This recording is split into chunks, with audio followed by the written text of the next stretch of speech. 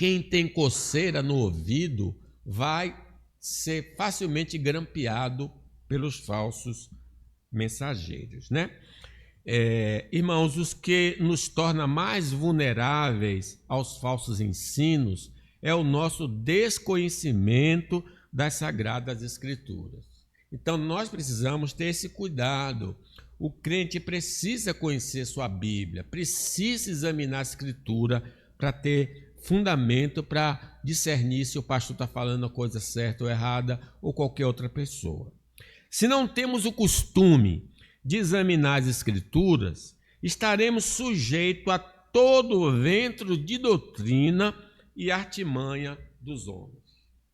Que não sejamos mais como meninos, diz Paulo, agitados de um lado para o outro e levados ao redor por todo o vento de doutrina, pela artimanha dos homens, pela astúcia com que induzem ao erro.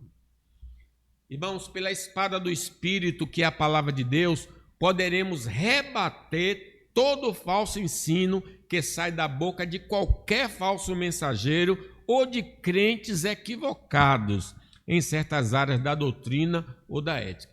Lembre que quando ele descreve tomar toda a armadura de Deus, Paulo falando aos Efésios diz, e a espada do Espírito, que é a palavra do Senhor. Como foi que Jesus combateu as mentiras do diabo? Está escrito, está escrito. Foi assim que ele venceu e nós venceremos também em nome do Senhor. Não devemos esquecer que os falsos profetas parecem crentes de verdade, mas não são. Essa é a dificuldade de identificá-los. Tomem cuidado com os falsos profetas, que vêm disfarçados de ovelhas, mas que na verdade são lobos esfomeados. Eles usam uma linguagem cristã, mas com um significado completamente diferente do uso tradicional da igreja. Quer dizer, eles usam a linguagem de ressurreição, por exemplo, mas ele não está falando da ressurreição como nós cremos, porque eles não acreditam na ressurreição física, né? Eles acreditam só na ressurreição espiritual, por exemplo.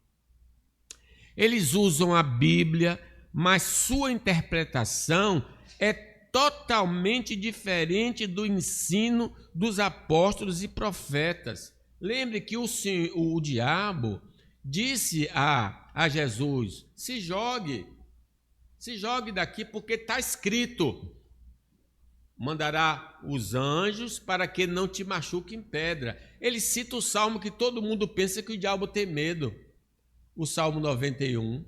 Ele citou a Bíblia erradamente para Jesus cometer o suicídio, imagine. Então nós precisamos tomar esse cuidado. Lá no tempo apostólico, no dia de Paulo, alguns indivíduos que desceram da Judéia ensinavam aos irmãos, se não vos circuncidardes segundo o costume de Moisés, não podeis ser salvos.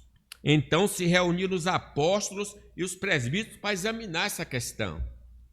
Havendo grande debate, Pedro tomou a palavra e lhes disse, irmãos, vós bem sabeis que desde há muito Deus me escolheu dentre vós para que por meu intermédio ouvissem os gentios a palavra do evangelho e crescem. Ora, Deus que conhece os corações, lhe deu testemunho concedendo o Espírito Santo a eles, como também a nós nos concedera. E não estabeleceu distinção alguma entre nós e eles, purificando-lhe pela fé o coração. Agora, pois, porque tentais a Deus, pondo sobre a servir dos discípulos um jugo que nem nossos pais puderam suportar nem nós, mas cremos que fomos salvos pela graça do Senhor Jesus, como também aqueles o foram. Então, eles estabeleceram que só Jesus Cristo salva, que eu não preciso de complemento, que eu não preciso de adorno para ser salvação. Não é Jesus e Maria, não é Jesus e boas obras, é só Jesus Cristo salva. Então, o falso profeta sempre vai colocar algo mais na mensagem do Evangelho. Eles, irmãos, parecem anjos, mas são auxiliares de demônios, que procuram introduzir o mal doutrinário e ético, porque